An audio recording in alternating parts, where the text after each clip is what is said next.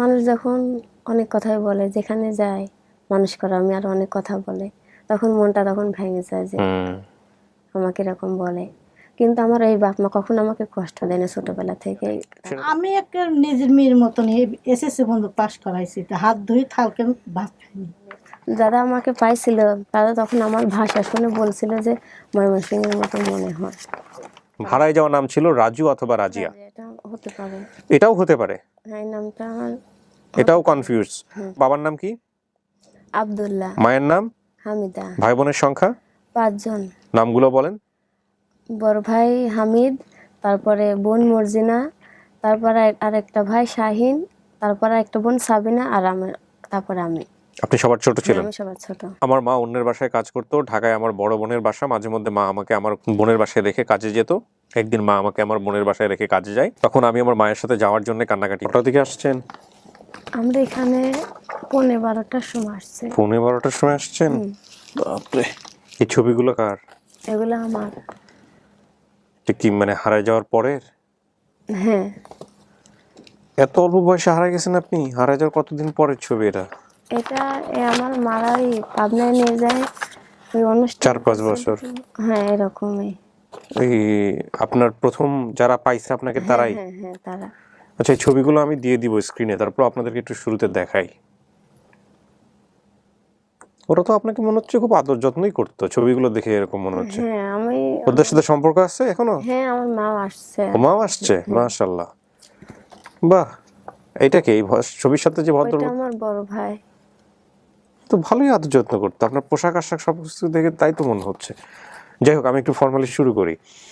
আসসালামু আলাইকুম প্রিয় দর্শক এবং শ্রোতা, আপনারা নিশ্চয়ই খেয়াল করেছেন যে আমাদের অনুষ্ঠানগুলোর শুরুটা একটু অন্যরকম হচ্ছে, বিকজ অফ এটার পেছনে একটা সাইকোলজিক্যাল গেম আছে। আপনারা হয়তো অনেকেই বুঝবেন, অনেকেই বুঝবেন না। যখনই কথাবার্তা বলে আমরা যখন একটা ফর্মাল ইন্ট্রো দেওয়া শুরু করি, তখনই সবাই রিজিড হয়ে যায়। আমি বিষয়টাকে সহজ করে বলার জন্য বলি, দেখবেন যে অনেক সময় স্টুডিওতে আমরা ছবি তুলতে যাই, সেই এখন অবশ্য সবাই অনেক ক্যান্ডিড অনেক কিছু চলে এসছে, অনেক স্টাইল করে করে ছবি তোলে, কিন্তু যখন ওই পাসপোর্টের ছবি বা ওই সময়কার সাদা কালো যুগের ছবি যখন আমরা তুলতাম, ক্যামেরার সামনে আসার সঙ্গে সঙ্গেই আমরা সবসময় পাথরের মতো শক্ত হয়ে যেতাম। এই যে ব্যাপারটা, এইটা অনেক সময় আমার অনুষ্ঠানগুলোর ক্ষেত্রে বেশিরভাগ সময় ঘটে। সেটা হচ্ছে খুব কথা বলছি, খুব ক্যাজুয়ালি কথা বলছি, তারপরে যখনই বলি যে আসসালামু আলাইকুম বলে শুরু করতেছি, তখনই দেখা যায় যে অনেক বেশি রিজিড হয়ে যায়। যে কারণে ওই কথা বলাটাও আমি এখন আমার অনুষ্ঠানের একটা পার্ট বানিয়ে ফেলেছি, যাতে করে সবাই একটু ইজি হয়, আরাম করে কথা বলতে পারে। তো আমি আর কথা বাড়াবো না, শুরুতেই আপনাদেরকে বিনীতভাবে অনুরোধ জানাবো ভিডিওটি বেশি বেশি করে শেয়ার করবার জন্য। যদি ইউটিউবে দেখে থাকেন আপনি, ইউটিউবের লিঙ্কটা আপনার ফেসবুক আইডিতে বেশি বেশি করে শেয়ার করেন। শুধুমাত্র তাই নয়, যদি আপনি ফেসবুকে দেখে থাকেন তাহলে ফেসবুকেও এসে আপনার বন্ধুদেরকে ট্যাগ করতে পারেন, যেসব বন্ধুরা এই অনুষ্ঠান সম্পর্কে দেখতে আগ্রহী, জানতে আগ্রহী। কি নাম আপনার? মুসাম্মদ শোভা খাতুন। এটা তো বর্তমান নাম, আর বাবা মায়ের দেয়া নাম? বাবা মার দেওয়ার নামটা ওই আমার রাজু অথবা রাজিয়া এরকম হতে পারে। রাজু অথবা রাজিয়া। আচ্ছা, এটা বাবা মায়ের দেয়া নাম, আপনি সন্দেহ করতেছেন, বাট এই দুটার বাইরে কোনো কিছু হতে পারে না? না, রাজু রাজিয়ার মধ্যেই হবে। এরকম। চলেন শুনি কি হয়েছে। হারানোর আগে কি মনে আছে, কিভাবে হারিয়েছেন, তারপরে হারানোর পরের ঘটনা। হারানোর আগে কি মনে আছে? আমাদের মাটির ঘর ছিল, আমরা 5 ভাই বোন ছিলাম। আমার ছোটবেলা জানার মতে আমি ছোট ছিলাম। তো আমার মা ওই বাসায় কাজ করত, এই ঢাকায় এসে কাজ করত, আবার আমাদের গ্রামেও কাজ করত। আর আমার বড় বোন ছিল, সেই বোনের বাসা ঢাকায়। ওই বোনের বাসায় আমাকে রেখে এই ঢাকায় কাজ করত। আপনাকে আপনার বড় বোনের বাসায় রাখতো, রেখে আপনার মা কাজ করত? বাসায় কাজ করত। আচ্ছা। যখন হচ্ছে মা আমাকে বোনের বাসায় রেখে কাজে চলে যায়, তখন আমি মার সাথে যাওয়ার জন্য খুব কান্নাকাটি করি যে মার সাথে আমি যাব। তখন মা আমাকে বোনের কাছে রেখেই সে চলে যায়, তখন আমি খুব কান্নাকাটি করতে থাকি। তখন হচ্ছে মা যখন চলে যায়, আমি ওই গেটের পাশে বসে থাকি। কান্না থামার পর বোন ভাবে যে এখন কান্না থামছে, আমি এখন আমার কাজটা করি। গেটটা বন্ধ ছিল বাসার। তখন আমি বসে থাকতে থাকতে দেখি যে আমার এখন বোনটা নেই। তখনই আমি গেটটা যখন খোলা পাইছি তখন গেট থেকে বের হয়ে চলে যায়। আচ্ছা, যায় আমি, তারপর আমাকে পাওয়া হয়েছিল এই নবাবগঞ্জ। কিভাবে কিভাবে কোথায় গেছেন, কি করেছেন আমাকে একটু বলেন। আমার ওইটাই মনে আছে যে গেট থেকে বের হয়ে আমি চলে আসছি। চলে গেছেন কোথায়, চলে গেছেন? এই কেসে আমাকে ওই বললাম যে এই নবাবগঞ্জ তেলিপাড়া জামে মসজিদের ওই জায়গায় আমাকে পাওয়া গেছে রাত্রিবেলা। কে পেয়েছে? ওই পানের এক দোকানদার। যে কি আমাকে করতেছিলেন আপনি পাইছিল। ওখানে? ওখানে হলে আমি বসে কাঁদতেছিলাম, আমার মা মা করে কাঁদতেছিলাম বসে। তারপর? তখন ওই যে পানের দোকানদার ছিল সে দোকানদার বলল যে তোমার বাসা কোথায়, নাম কি? তখন আমি কিছুই বলতে পারিনি, চুপচাপ ছিলাম। তখন ওই যে দোকানদার পাইছিল তাকে দাদা বললি, সেই দাদা তার বাসায় নিয়ে যায়। বাসায় নিয়ে যাওয়ার পরে ওইখানে আমি অনেক দিনই থাকি। ওরা আমাকে ওইখানে ওরা খোঁজ খবর করছিল যে কোথা থেকে আসছি। আপনার মনে আছে বোনের বাসা থেকে বের হয়ে কতক্ষণ এটা হাঁটছিলেন? কতক্ষণে আসলাম এটা মনে নেই, কিন্তু আমি বোনের বাসা থেকে যে বের হয়েছে এটা আমার মনে আছে। আচ্ছা, তারপর? তারপরে ওইখানে অনেকদিন থাকার পরে ওদের আবার পাবনায় এক লোক আছে, তার কাছে আমাকে দিয়ে দেয়। কিভাবে দেয়? দেয় ওই যে দাদা বললাম না, হ্যাঁ, আর যে আমাকে মানুষ করছে তাদের সাথে ওই আমার ওই বাবার ওই সম্পর্ক ছিল, পাতার সম্পর্ক ছিল। এই যে বাবা আজকে আসছে? না, বাবা আসে, সে বাবা মারা গেছে, মা আসছে।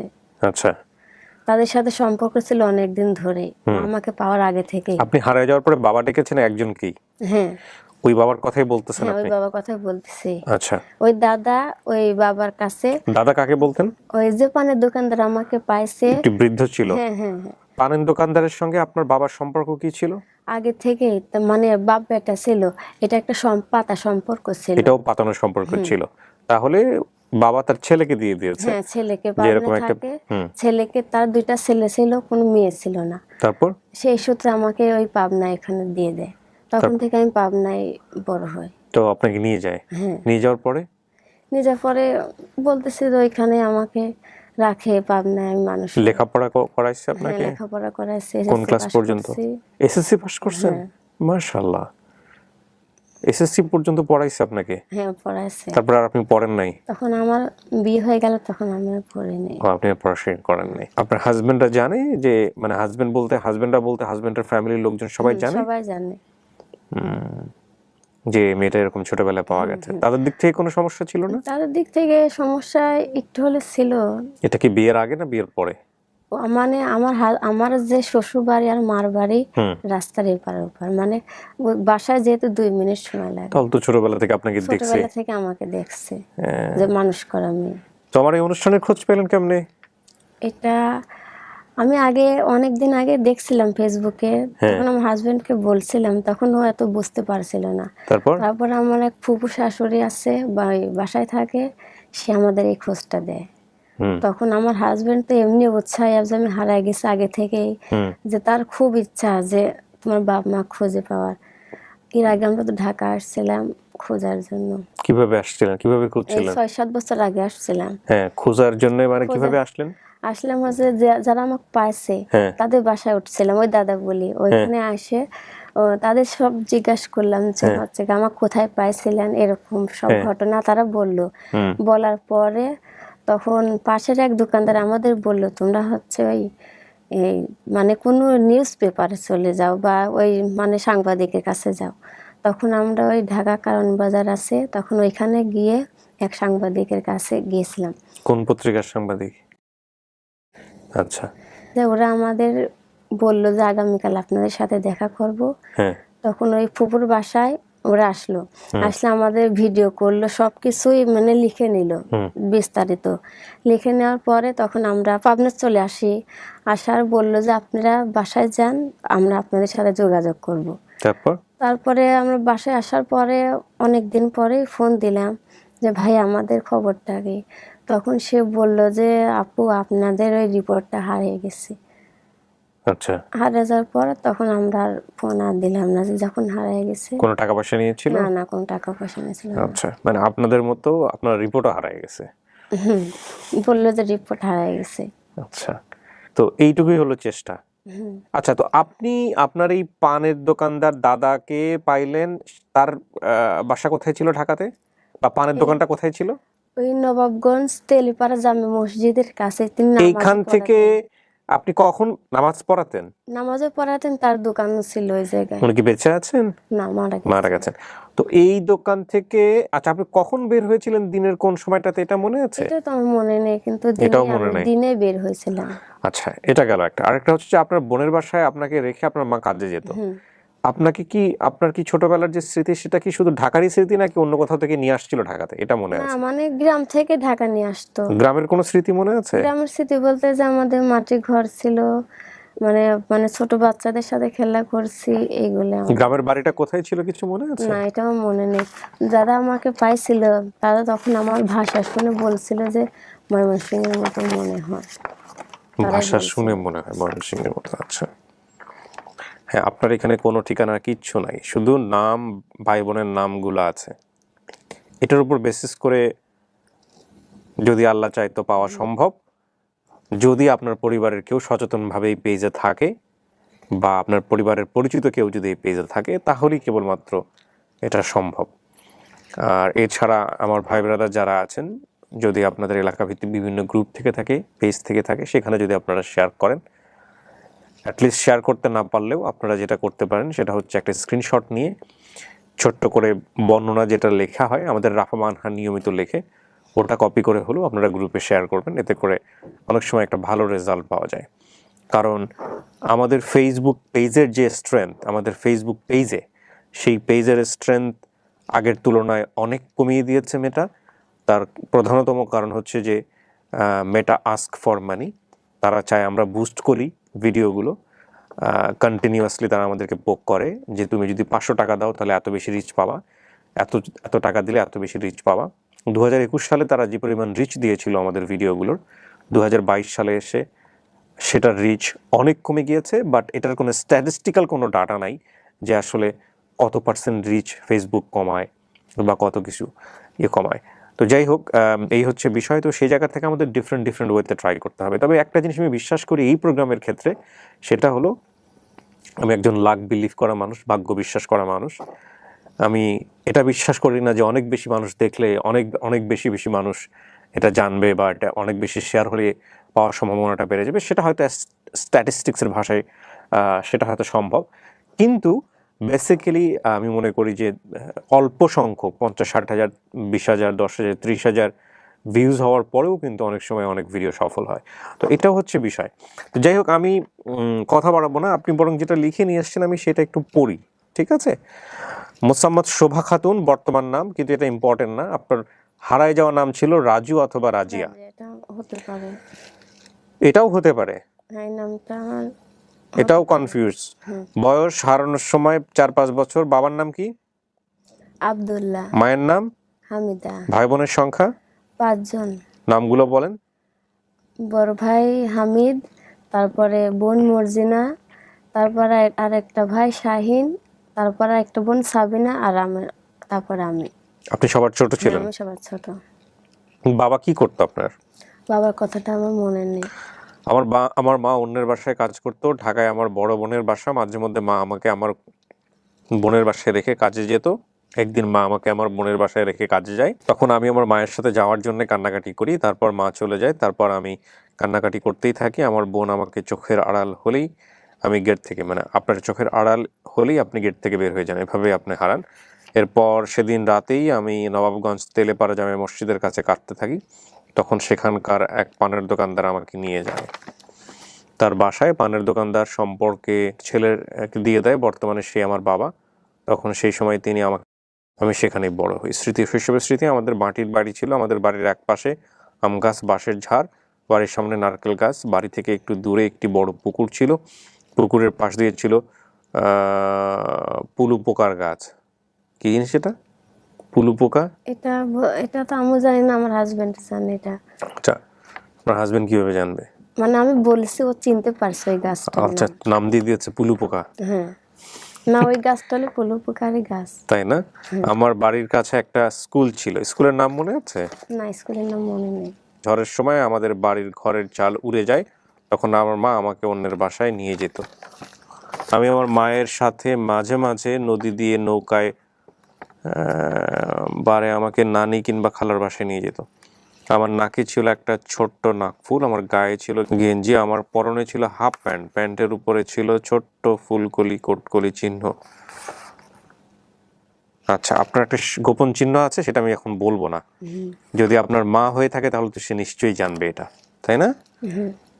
তো এই যে গোপন চিহ্নগুলো, এই যে দাগগুলা, এগুলা কোনো ঘটনার ক্রমে হয়েছে? সে ঘটনাগুলো আপনার মনে আছে? না, ঘটনা মনে নেই। শুধু দাগগুলা মনে আছে? দাগগুলো মনে আছে। আচ্ছা, ঠিক আছে। এটা আপনার মার জানার কথা।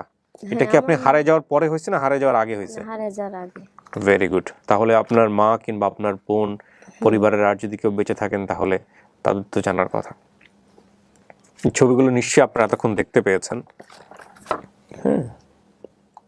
এই হচ্ছে ওর হারায় যাওয়ার পরের ছোটবেলার ছবি। ও আদরই ছিল, ওর ছবি দেখে ছবি সে কথাই বলে। এটা ওর ভাই। তো আজকে যে মা আপনাকে লালন পালন করে বড় করে এখানে নিয়ে আসছে, সেই মা অনুমতি আছে নাকি তাকে জোর করে নিয়ে আসছেন? না, তার অনুমতি আছে। পরবর্তীতে তার মেয়ে হয়েছে? না, তো সে কষ্ট পাবে না? তাকে আমি বলছি যে তুমি কিছু মনে করো না, আমি যদি পাইও থাকি, তুমি যে আমার মা, এটা তুমি কখনো ভাববে না যে আমি ওদের কাছে চলে যাব। তো ওদের কাছে জানা গেলে আপনি কেন আসছেন এখানে? মানে যা বলতে, তো আমি তো ওদের কাছে সব সময় থাকবো না, যদি পাইও থাকি মাঝে মধ্যে বেড়াতে যাব এরকম। কিন্তু পরিচয়টুকু বের হোক। পরিচয়টুকু, আমার পরিচয় পাওয়ার জন্যই আমি এইটুকু করেছি। আপনার সাথে কে কে আসছে? আমার সাথে আমার যারা পাইছিল, আমার ফুপু, আমার হাজবেন্ড, আমার মা আর আমার 2টা সন্তান। আপনার 2টা ছেলে? হ্যাঁ, হ্যাঁ, দেখলাম বয়স অল্প। হাজবেন্ড আসেনি? আসছে তো? হাজবেন্ড আসছে। কি করেন উনি পেশায়? উনি মার্কেটিং এ চাকরি করে। মার্কেটিং এ চাকরি করে। তো আলহামদুলিল্লাহ, আপনি তো ভালোই আছেন সবকিছু মিলায়। হ্যাঁ, সবকিছু মিলে ভালো আছে। বাপ মায়ের কথা মনে পড়ে? মনে তো পড়ে, হ্যাঁ, মনে তো পড়ে। এত আদরে ছিলেন তারপরও বাপ মাকে ভোলা যায় নাই? মানুষ যখন অনেক কথাই বলে, যেখানে যায় মানুষ করে, আমি আর অনেক কথা বলে, তখন মনটা তখন ভেঙে যায় যে আমাকে এরকম বলে। কিন্তু আমার এই বাপ মা কখনো আমাকে কষ্ট দেয় না ছোটবেলা থেকেই। সেটা তো বুঝতেই পারছি না, আপনাকে পড়াশোনা করবে কেন? আমি অনেক কেস পাই এরকম, পড়াশোনা করে না, অনেক কেস পাই। আপনাকে এসএসসি পর্যন্ত পড়িয়েছে, বিয়ে শাদী দিয়েছে, বিশাল কাজ করেছে, তাই না? আপনার মাকে ডাকলে আসবে? হ্যাঁ, আসবে। একটু কথা বলি ওনার সঙ্গে আমরা। আচ্ছা, ওনার মাকে একটু ভিতরে পাঠানো যায় কিনা দেখো তো। ভালো আছেন? কি হয় আপনার মেয়ে মেয়ে যেরকম, তার আসল বাবা মা, আসল বলবো না কি বলবো বুঝতে পারছি না, যাদের ঘরে জন্ম হয়েছে, আসল বাপ মা। তো আপনাকে জানাইছে কবে এটা? এটা জানাইছে আপনারা যখন ফোন দিছেন শাহন। তখন জানাইছি। তো এইরকম এতদিন জানান নাই মাকে, হুট করে জানাইছেন, সে কষ্ট পাইছে না? না, এর আগে তো আসলে আমার মার সাথে খুঁজতে। তারপরেও আপনি কি জানেন আমরা কি কাজ করব ওর ভিডিও করে? ভিডিও করে আমি খোঁজ খবর। হ্যাঁ, আপনার মন থেকে সায় আছে? হ্যাঁ, এটা এখন তার করেছিলি, আমি তারা বুঝ। হ্যাঁ, সত্যি সত্যি যদি ওর মা বের হয়ে যায়, ওর যদি হোক, সে যদি চায় যে আমার মা বাপ বারাক, আমি লালন পালন করেছি, সে মনে চাইলে আমার সাথে সম্বন্ধ করবে, না মনে চাইলে না সম্বন্ধ করবে। তো আপনি যত কষ্ট করে লালন পালন করলেন, আপনার বদদোয়া লেগে যাবে না? কে আমি বদয়া দেবো কে? আপনি ওকে নিজের মেয়ের মতোই জানেন। আমি একটা নিজের মেয়ের মতন এসএসসি বন্ধু পাস করাইছি, তা হাত ধুই থালকে ভাত খাইনি। কঠিন এই কাজগুলো। আমার আবারও রিপিট করি, আরেকটা ঘটনার কথা মনে পড়ে গেল, আমি বলেছি বোধহয়। আমি যখন লস্ট অ্যান্ড ফাউন্ড করতাম ওই সময়ে ছেলে এসছে, ছেলে বিয়ে শাদী করছে তার ওয়াইফের চাপে এসছে। ছেলের একটু কম ইচ্ছা, খুব বেশি ইচ্ছা না, তার ওয়াইফের ইচ্ছা একটাই কারণে, তার 2টা মেয়ে হয়েছে, মেয়েদের একটা পরিচয়ের ব্যাপার স্যাপার, বিয়ে শাদীর ব্যাপার স্যাপার আছে, এই কারণেই ওয়াইফ বারবার চাপ দিচ্ছে তার হাজবেন্ডকে যে তুমি গিয়া বলো। তো হাজবেন্ড আসছে এবং তার মাকে সাথে করে নিয়ে আসছে, পালিত মা যে তাকে সাথে করে নিয়ে আসছে। পালিত মা জানে না কেসটা কি, যে কেন তার পালিত মায়ের আর কেউ নাই, এই এই এই সন্তানটা ছাড়া তার এই ইহ জগতে কেউ বেঁচে নাই। তো সে পুরো গল্পটা বলছে, তারপর আমি পালিত মাকে স্টেজে নিয়ে আসছি এবং বলতেছে, আমি বললাম যে এই কেস আপনি কি জানেন? সে ছেলের দিকে চুপ করে তাকায় আছে, ও যা বলবে সেইটাই, ও কিছু বোঝে না। তো পুরো কেসটা আমি স্টাডি করে আমার কাছে মনে হলো যে না, এটা করা ঠিক হবে না এই ভিডিওটা, কারণ ছেলেরও তেমন একটা আগ্রহ ছিল না। তো পরবর্তীতে দেখলাম হাজব্যান্ড ওয়াইফের মধ্যে একটু একটু একটু ঝামেলা তৈরি হচ্ছে, বাট আমি ভিডিওটা করে রেখে দিয়েছি। আমি বললাম যে আপনার মার কাছে, মাকে গিয়ে বোঝান, আপনার মাকে ঠান্ডা মাথায় বুঝিয়ে যদি আপনার মা রাজি থাকে 6 মাস পরে আসেন, তাহলে আমি ভিডিওটা পাবলিশ করব। এবং সে 6 মাস পরে আজ পর্যন্ত আসেনি, আমি ভিডিও পাবলিশ করিনি। এরকম বেশ কিছু ভিডিও আমার কাছে আছে। একটা ভিডিও আছে যেটা আমি অপেক্ষায় আছি, যেটা প্রায় আমি 12 বছর ধরে ওয়েট করবো, আল্লাহ যদি আমাকে বাঁচায় রাখে। 12 বছর পরে একটা আপডেট আমি করে ফেলেছি অলরেডি, কিন্তু আমি প্রকাশ করিনি। আমি 12 বছর পর্যন্ত অপেক্ষা করব, যদি আমাকে বাঁচায় রাখে আল্লাহ, তাহলে 12 বছর পরে আমি সেই আপডেটটা প্রকাশ করবো, যদি সিচুয়েশন ঠিক থাকে। 12 বছর পরে, আমাকে 12 বছর ওয়েট করতে হবে ভিডিওটা প্রকাশ করার জন্য। সো আমি এই কথাগুলো কেন বললাম, যে আসলে আপনি ওর মা, জি। ও যে হারাইছে সেক্ষেত্রে ওর নিজের কোনো হাত নাই, কারণ ওর বুদ্ধি ছিল না। না, বুদ্ধি ছিল না। আর আপনি যে ওকে নিজের সন্তানের মতো মানুষ করছেন, ও 1000টা ঘরে যাইতে পারতো, আল্লাহ আপনার ঘরে নিয়ে এসে দিয়েছে, তাই না? তো সেই জায়গা থেকে এটা একটা বিশাল ইবাদতের কাজ। কিন্তু নিজের সন্তান, ও কিন্তু বলছে আপনি যখন ছিলেন না, যদি বাবা মা পাওয়া যায় তাহলে কি করবেন? তো বলছে না, আমি তো আমার এই মায়ের পরিচয়ই থাকবো, কিন্তু আমার একটু জাস্ট শিকড়টা জানার দরকার, কে আমার বাবা, কে আমার মা। তো সেই জায়গায় আপনার কোনো আপত্তি নাই তো? না, না। ঠিক আছে। আর কোনো কিছু কি বলার আছে? জি বলেন।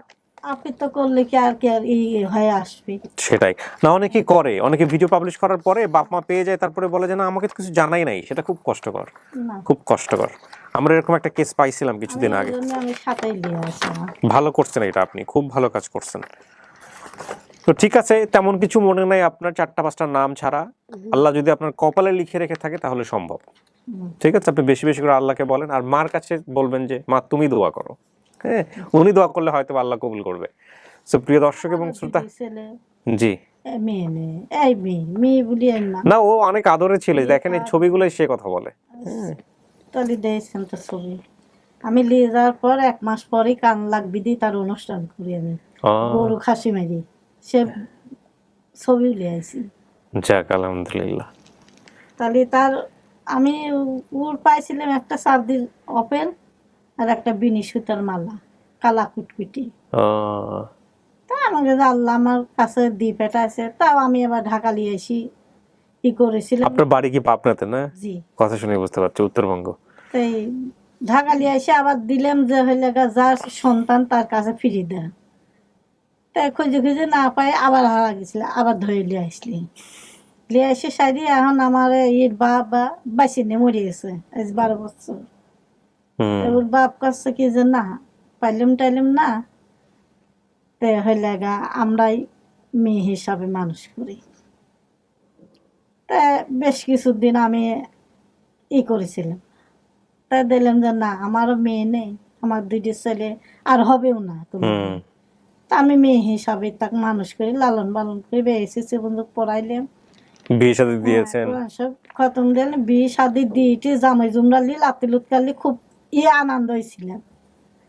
আনন্দের মাঝখানে এইটু আলহামদুলিল্লাহ। তার হইলে হ্যাঁ তেন দুনিয়া কথা কয়, তার জন্ম ঠিক নেই, তো তার জন্ম ঠিক সে খোঁজ করি লিবাই করতেছে, কোন আমার কোনো আপত্তি নেই। জি আলহামদুলিল্লাহ। সে ও যদি আমাকে দেখে দেখবি, না দেখলি না দেখবি, সেটাই, মারা এরকমই হয়। প্রিয় দর্শক এবং শ্রোতা, চলেন আমরা সবাই মিলে চেষ্টা করি তাওয়াক্কালতু আলাল্লাহ, একটা ভালো সংবাদ যেন নিয়ে আসতে পারি আমরা, এবং যেটা যেন সবাইকে হ্যাপি করে। এই প্রত্যাশা আজকের মতো এখানেই শেষ করছি। আসসালামু